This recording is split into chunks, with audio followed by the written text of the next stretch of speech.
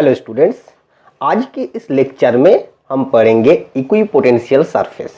तो देखो, equipotential surface हम पढ़ेंगे एक ऐसे तरीके से जैसे हम लोगों को ये इसका एप्लीकेशन बेस्ड पढ़ेंगे, ताकि हमें एमसीक्यू करने के लिए और न्यूमेरिकल प्रॉब्लम सॉल्व करने के लिए ये अच्छे से समझ में आए। और इसके रिगार्डिंग हम डाइपोल का पोटेंशियल एनर्जी भी निकल सकते हैं कोई भी एक इलेक्ट्रिक फील्ड में। तो इस इक्विपोटेंशियल सरफेस का जो कॉन्सेप्ट है उसको अच्छे से समझ लो। क्या होता है इक्विपोटेंशियल सरफेस कि उसका डेफिनेशन जो है वो है कि कोई भी एक सरफेस, मान लो ये एक वॉल्यूम है, तो इस वॉल्यूम का जो सरफेस आपको दिख रहा है ये लाइन, कोई भी एक सरफेस अगर सभी जगह पोटेंशियल सेम है, मतलब हर एक पॉइंट में अगर कोई भी एक सरफेस का पोटेंशियल सेम रहेगा तो उसको इक्विपोटेंशियल सरफेस कहलाता है। तो इस इक्विपोटेंशियल सरफेस को अच्छे से समझने के लिए रिगार्डिंग मैथमेटिकल बैकग्राउंड हम क्या करेंगे कि हम एक एक सिचुएशन लेके इसको सॉल्व करेंगे। तो पहले जो आता है कि एक पॉइंट चार्ज पॉजिटिव। अब देखो, एक पॉजिटिव पॉइंट चार्ज के लिए इलेक्ट्रिक लाइंस ऑफ फोर्स कैसा होता है ये पहले समझ लो। तो यहाँ से जो लाइंस ऑफ फोर्स निकल कर आता है वो लाइंस ऑफ फोर्स देखने में ऐसा होता है कि ये सारे हैं लाइंस ऑफ फोर्स। अब देखो कि एक पॉइंट चार्ज, अगर ये चार्ज है Q, तो इस Q चार्ज के लिए पोटेंशियल R दूरी पे कितना होगा। तो अगर R दूरी का कोई भी पॉइंट ये है तो उस पॉइंट में पोटेंशियल जो होगा वो होगा V equal to 1/4 pi epsilon 0 into Q by R। तो R दूरी पे हर तरफ अगर पॉइंट ले लोगे तो ये क्या बन जाएगा कि हर तरफ अगर हम R दूरी पे पॉइंट ले ले तो ये बन जाएगा जो वो है एक सर्कल। और 3 डायमेंशन में सोचोगे बच्चों तो ये हो जाएगा एक स्फीयर। तो मतलब एक पॉइंट चार्ज के लिए 3 डायमेंशन में जो इक्विपोटेंशियल सरफेस है वो एक स्फीयर है। अब तुम लोगों को पता ही होगा कि इस स्फीयर का जो रेडियस है वो रेडियस लाइंस ऑफ फोर्स बराबर है। मतलब यहां से एक बात नजर आता है हमें कि इलेक्ट्रिक लाइंस ऑफ फोर्स, मतलब इलेक्ट्रिक लाइंस ऑफ फोर्स जो होगा वो होगा ये इक्विपोटेंशियल सरफेस का साथ परपेंडिकुलर। या हम बहुत सारे इक्विपोटेंशियल सरफेस ड्रॉ कर सकते हैं।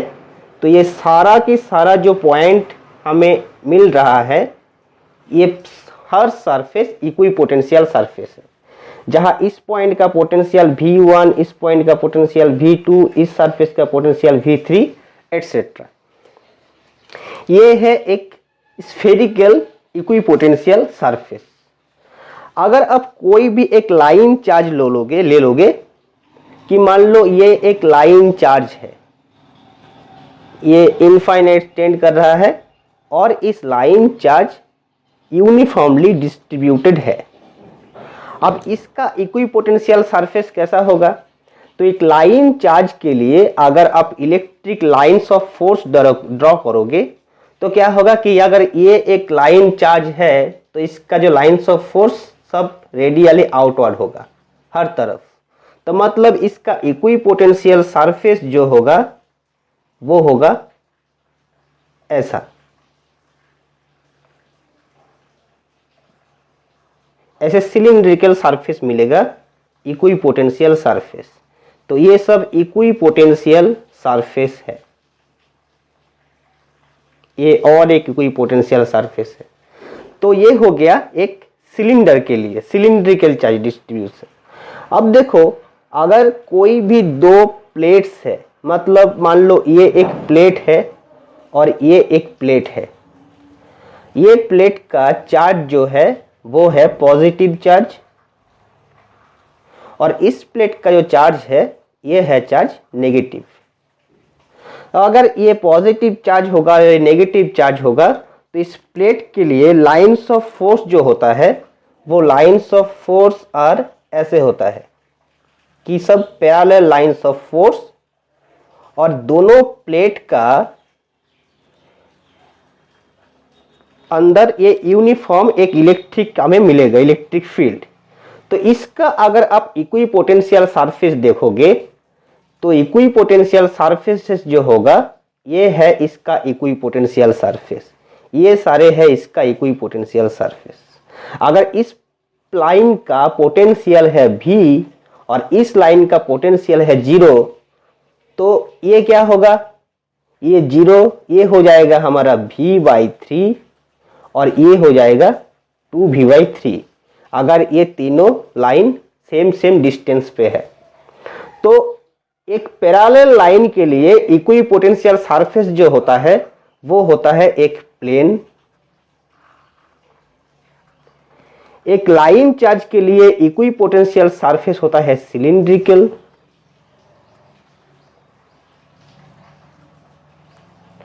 और हमें क्या मिल रहा है कि पॉइंट चार्ज के लिए इक्विपोटेंशियल जो होता है वो होता है स्फेरिकल सरफेस।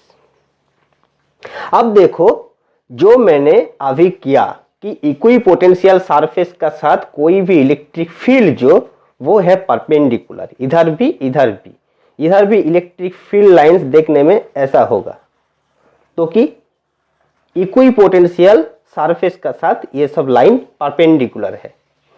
अब देखो तुम लोगों को पता ही होगा कि कोई भी एक मेटल सरफेस, मान लो ये एक मेटल सरफेस है, तो मेटल सरफेस का क्या होता है कि हर तरफ पोटेंशियल सेम होता है। तो क्या इधर भी इसका साथ ये जो इक्विपोटेंशियल सरफेस है जो कि एक अच्छा जियोमेट्रिकल शेप नहीं है, यहाँ पर सरफेस का जियोमेट्रिकल शेप है, ये है प्लेन, ये है सिलिंड्रिकल और ये है स्फेरिकल। अगर यहाँ पर एक जियोमेट्रिकल शेप अच्छा सा नहीं होगा, कोई भी एक रैंडम शेप होगा, तो क्या उधर भी इलेक्ट्रिक लाइंस ऑफ फोर्स जो होगा वो ये से परपेंडिकुलर होगा? यह नहीं होगा। तो अगर इसको देखो तो ऐसे लाइंस ऑफ फोर्स यहाँ से हमें मिलना चाहिए। तो इसको हम कैसे प्रूफ करें कि इक्विपोटेंशियल सरफेस जो होता है उसका साथ electric lines of force perpendicular होता है। तो देखो अब हम उसको प्रूफ करेंगे। तो हम क्या प्रूफ करने जा रहे हैं? हम अभी प्रूफ करने जा रहे हैं कि electric lines of force are perpendicular to an equipotential surface. तो मान लो कि ये जो एक सरफेस है ये एक इक्विपोटेंशियल सरफेस है। अब पहले मान लो कि जो हमें प्रूफ करना है वो एक्चुअल में सही नहीं है। तो कि ये एक इलेक्ट्रिक लाइंस ऑफ फोर्स है जो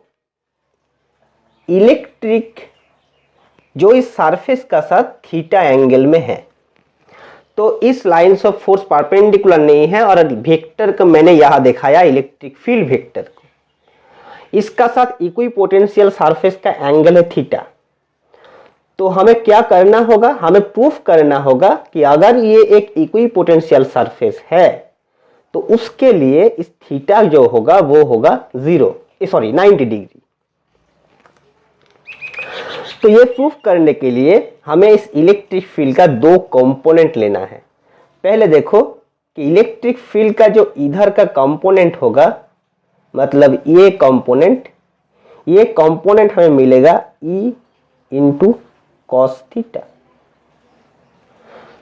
अब मान लो कि कोई भी एक चार्ज को अगर हम इस पॉइंट से इस पॉइंट तक, मतलब पॉइंट A से पॉइंट B तक मूव कराने के लिए इलेक्ट्रिक फील्ड द्वारा वर्क डन कितना होगा?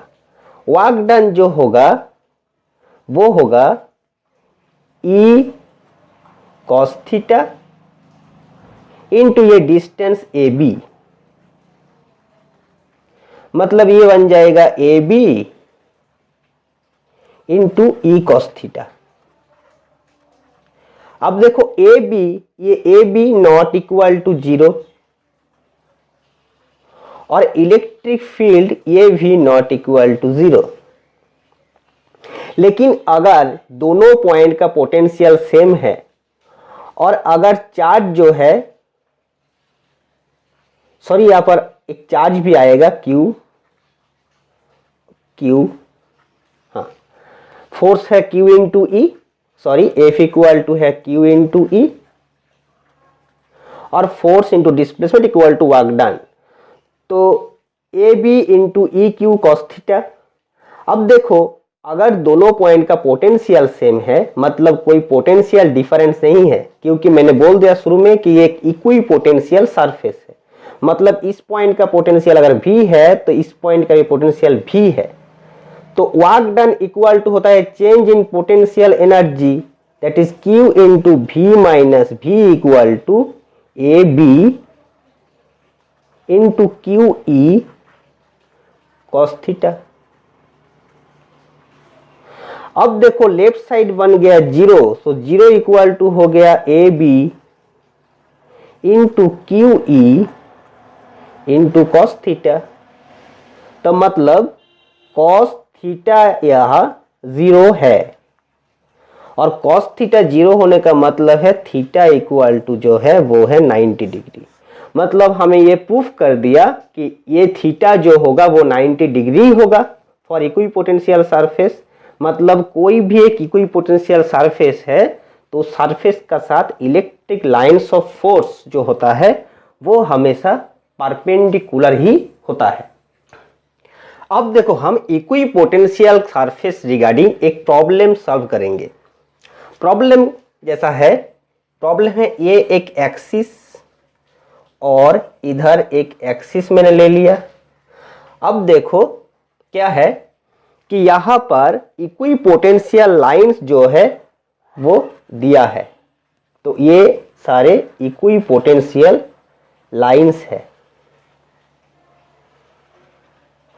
तो इसका मान लो पोटेंशियल जो है वो है 0 वोल्ट, इसका पोटेंशियल जो है वो है 2 वोल्ट, इसका पोटेंशियल है 4 वोल्ट, इसका पोटेंशियल है 6 वोल्ट। अब ये जो कोऑर्डिनेट है ये है 0, ये है 1, ये 2, ये 3, ये सारे मीटर में है। अब क्वेश्चन है कि बताओ यहाँ पर इलेक्ट्रिक फील्ड का वैल्यू कितना है और इलेक्ट्रिक फील्ड का डायरेक्शन किधर है। तो हमें यहाँ पर इलेक्ट्रिक फील्ड का वैल्यू एंड डायरेक्शन दोनों पता करना है। इसके लिए और एक बार मैं इस फिगर को ड्रॉ करना चाहूंगा कि देखो इस पॉइंट चार्ज का चारों तरफ जो इलेक्ट्रिक पोटेंशियल का जो स्फीयर हमें मिला था, तो जितना दूर जाओगे उतना क्या होगा कि पोटेंशियल घटता जाएगा, क्योंकि पोटेंशियल जो होता है V प्रोपोर्शनल टू 1/r। मतलब इसका पोटेंशियल अगर V1, इसका V2 और इसका V3 है तो V1 greater than V2 greater than V3 होगा। अब इसका लाइंस ऑफ फोर्स अगर ड्रॉ करोगे तो देखो lines of force are in these are the lines of force. तो यहां से हमें क्या सीख मिल रहा है, यहां से मिल रहा है कि इलेक्ट्रिक लाइंस ऑफ फोर्स का डायरेक्शन कितना, कौन सा डायरेक्शन में होता है कि जो डायरेक्शन में पोटेंशियल सबसे तेजी से घटता है, जिस डायरेक्शन में पोटेंशियल सबसे तेजी से घटता है वो है इलेक्ट्रिक फील्ड का डायरेक्शन। मतलब इस पॉइंट से अगर इधर जाओगे, इधर जाओगे, इधर जाओगे, इधर जाओगे, तो इस पॉइंट का पोटेंशियल मान लो V2 और इस पॉइंट का पोटेंशियल V1 है, तो चारों तरफ इन एवरी डायरेक्शन पोटेंशियल का चेंज जो हो रहा है वो इक्वल हो रहा है। लेकिन कौन सा दूरी कम है, मतलब dV/dx और dV/dr, ये होता है इलेक्ट्रिक फील्ड। और इलेक्ट्रिक फील्ड dV/dr का मतलब क्या है, dV/dr का मतलब है rate of change of potential. जो डायरेक्शन में rate of change of potential gradient सबसे ज्यादा होगा वो ही है इलेक्ट्रिक फील्ड का डायरेक्शन, और वो है यहाँ पर टेंजेंशियल, क्योंकि यहाँ पर टेंजेंशियल ऐसे, सॉरी टेंजेंशियल नहीं, रेडियल, रेडियल लाइन अगर लोगे तो वो रेडियल लाइन ही है इस सरफेस से इस सरफेस आने के लिए सबसे स्मॉलेस्ट पाथ। अब इस प्रॉब्लम में देखो कि यहाँ पर पोटेंशियल है इस लाइन का 6 वोल्ट, ये 4 वोल्ट, ये 2 वोल्ट और ये है 0 वोल्ट। तो इसका इलेक्ट्रिक फील्ड का डायरेक्शन किधर होगा? इसका साथ परपेंडिकुलर। परपेंडिकुलर का मतलब है ये है, ये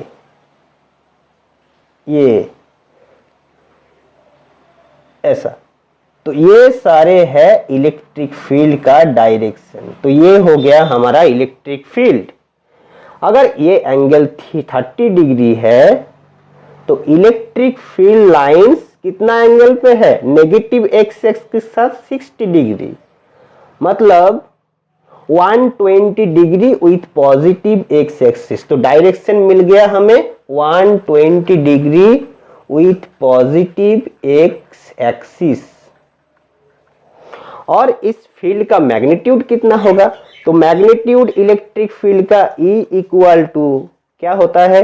dV बाई dx। अगर ये फील्ड कांस्टेंट फील्ड है क्योंकि इक्वी डिस्टेंस लाइंस, तो V बाई x हो जाएगा। V मतलब पोटेंशियल डिफरेंस। तो इस लाइन और इस लाइन का पोटेंशियल डिफरेंस जो है वो है 2 माइनस 0 वोल्ट, और इस लाइन से इस लाइन का दूरी कितना है? ये है 1 मीटर। ये एंगल है 30 डिग्री, तो ये हो जाएगा परपेंडिकुलर। तो परपेंडिकुलर इक्वल टू कितना होगा? साइन 30 डिग्री इंटू 1 मतलब हाफ, तो ये हो जाएगा 0.5 मीटर। मतलब ये हो गया 4 वोल्ट पर मीटर और 4 न्यूटन पर कूलम। तो इलेक्ट्रिक फील्ड का वैल्यू कितना हो गया? ये हो गया 4 न्यूटन पर कूलम, और डायरेक्शन हो गया 120 degree with positive x axis. तो ये हो गया हमारा इलेक्ट्रिक फील्ड का वैल्यू एंड उसका डायरेक्शन। अब देखो हम और एक कैलकुलेट करेंगे। क्या है कि कोई भी एक डिस्ट्रीब्यूटेड चार्ज के लिए इलेक्ट्रिक पोटेंशियल का एक्सप्रेशन क्या होगा। मतलब अगर यहाँ एक चार्ज है, इधर एक चार्ज है, इधर एक चार्ज है, बहुत सारे पॉइंट में चार्ज अगर होगा तो कोई भी एक पॉइंट इधर इलेक्ट्रिक पोटेंशियल जो होगा वो होगा हर एक के लिए पोटेंशियल, मतलब V1 plus V2 plus V3 plus etcetera.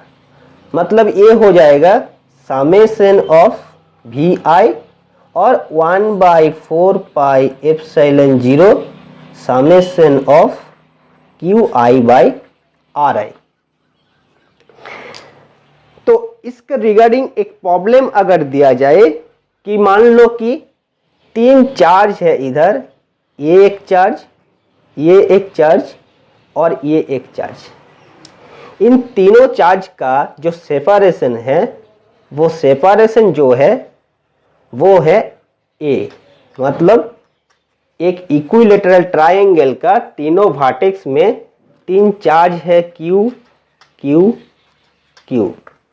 अब अगर पूछा जाए कि ये सिस्टम जो है इस सिस्टम का पोटेंशियल एनर्जी कितना है, तो इसका अगर आप पोटेंशियल एनर्जी निकालना जाओगे तो क्या करना होगा कि हमें सोच लेना है पहले कि ये सिस्टम को क्रिएट करने के लिए जितना वर्क डन होगा वही होगा इस पॉइंट सिस्टम का पोटेंशियल एनर्जी। तो मान लो कि हमें इनफाइनाइट से हर एक चार्ज को लाना है, ये चार्ज और ये चार्ज, सारे चार्ज को हम इनफाइनाइट से लाने के लिए कितना वर्क डन होगा। तो एक साथ सारे चार्ज नहीं लाकर क्या करेंगे, हम एक एक चार्ज को 1 बाय 1 लाएंगे। तो मान लो इस पॉइंट में, इस पॉइंट में और इस पॉइंट में तीनों चार्ज को प्लेस करना है। पहले हम एक चार्ज को लाएंगे, तो एक चार्ज को मैंने यहाँ पर लाके रख दिया।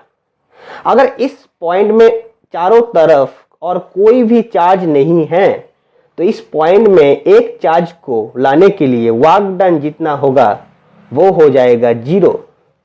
मतलब इस चार्ज को लाने के लिए वर्क डन करने का कोई जरूरत नहीं है क्योंकि इधर कोई भी फील्ड नहीं है। अब दूसरा चार्ज को लाना है तो दूसरे चार्ज को हम इनफाइनाइट से यहां तक लाकर रख दिया और अभी इसका सामने एक चार्ज प्रेजेंट है जो a दूरी पर है। मतलब अब जो वर्क डन होगा वो हो जाएगा 1/4 pi epsilon 0 into Q by a। तो वर्क डन मिल गया दूसरा चार्ज को लाने के लिए। तो ये सिस्टम का पोटेंशियल एनर्जी है a प्लस a, मतलब 1/4 pi epsilon 0 Q by a। अब तीसरे चार्ज को हम लाकर यहां पर रख देंगे। अब तीसरे चार्ज को जब लाओगे तो क्या होगा कि यहां पर दोनों चार्ज ऑलरेडी प्रेजेंट है। तो इस चार्ज के लिए एक वर्क डन होगा और इस चार्ज के लिए और एक वर्क डन होगा। तो यहां पर टोटल वर्क डन जो होगा वो होगा 1/4 पाई एप्सिलॉन 0, इसके लिए Q बाई a और इसके लिए Q बाई a, मतलब 2Q बाई a। मतलब टोटल वर्क डन जो हो गया W equal to W1 plus W2 plus W3 equal to हो जाएगा 1/4 pi epsilon 0 3Q by a। अब देखो बच्चों कि हम इस डिस्ट्रीब्यूशन का जो है कि एक स्क्वायर का चारों वर्टेक्स में 4 चार्ज है Q और स्क्वायर का साइड जो है A। अब इस पूरा सिस्टम का हमें पोटेंशियल एनर्जी निकालना है। तो अप्रोच वही होगा जो पहले था। मतलब पहले इस चार्ज को लाने के लिए वर्क डन क्या होगा, फर्स्ट वर्क डन जो होगा वो होगा 0। अब इस चार्ज की प्रेजेंस में जब दूसरा चार्ज को इधर लाओगे तो वर्क डन होगा इस जोड़ी के लिए W2 इक्वल टू हो जाएगा 1/4 pi epsilon 0 Q by a। अब हम तीसरे चार्ज को लाएंगे तो तीसरे चार्ज मान लो ये चार्ज को लाना है। अब इस चार्ज को जब लाओगे तो यहाँ पर दो चार्ज पहले से मौजूद है, एक ये और एक ये। तो इसके लिए वर्क डन जो हमें होगा वो है इसके लिए जो होगा 1/4 pi epsilon 0 Q by a plus इस जोड़ी के लिए जो होगा वो होगा 1/4 pi epsilon 0 Q by √2a। अब सब के बाद इस चार्ज को लाना है तो इसके लिए वर्क डन जो होगा वो होगा W4 इक्वल टू, अब इस चार्ज को जब लाओगे तो तीनों चार्ज यहां प्रेजेंट है। तो पहले इस जोड़ी के लिए कितना होगा वो होगा 1/4 pi epsilon 0 Q by a। फिर इसका साथ इसका जो रिजल्ट आएगा वो होगा 1/4 pi epsilon 0 Q by √2a और इसका साथ इसका जो आएगा वो होगा 1/4 pi epsilon 0 Q by a। तो टोटल वर्क डन मतलब इस सिस्टम का पोटेंशियल एनर्जी वो है W1 plus W2 plus W3 plus W4 equal to हो जाएगा, देखो 1/4 पाई एप्सिलॉन 0 सब में है, मतलब 1/4 पाई एप्सिलॉन 0 ये आ जाएगा कॉमन पार्ट। अब देखो Q by a Q by a Q by a Q by है, मतलब 4Q by a plus Q by √2a Q by √2a, मतलब 2Q बाई √2a। तो ये हो गया हमारा पोटेंशियल। तो पोटेंशियल कैलकुलेट करने के लिए अगर जितना भी चार्ज दिया जाए, तो देखो इधर 4 चार्ज था, हमें कितना टर्म मिला, 1 2 3 4 5 6, मतलब नंबर ऑफ टर्म जो होगा, नंबर ऑफ टर्म्स वो होगा NC2। अगर n number of charge present है तो नंबर ऑफ टर्म जो होगा वो है NC2। और कोई भी एक चार्ज सिस्टम के लिए अगर पोटेंशियल एनर्जी निकलना है तो इन दोनों का, इन दोनों का, इन दोनों का, ये दोनों, ये दोनों, ये दो, ये दो, ये दो, ये दो और ये दो, सारे कॉम्बिनेशन हमें लेना है। मतलब यह 5 चार्ज है तो हो गया 5C2, मतलब 10 टर्म आएगा। तो ये है पोटेंशियल का आज का टॉपिक। दूसरी क्लास में परसों हम ले आएंगे कि एक इलेक्ट्रिक डाइपोल का पोटेंशियल एनर्जी और उसका साथ इलेक्ट्रिक डाइपोल का equilibrium position, stable equilibrium, unstable equilibrium और न्यूट्रल इक्विलिब्रियम कितना होता है, पोटेंशियल एनर्जी का मैक्सिमम वैल्यू, मिनिमम वैल्यू कितना होता है, सारी चीज हम अगले क्लास में डिस्कस करेंगे।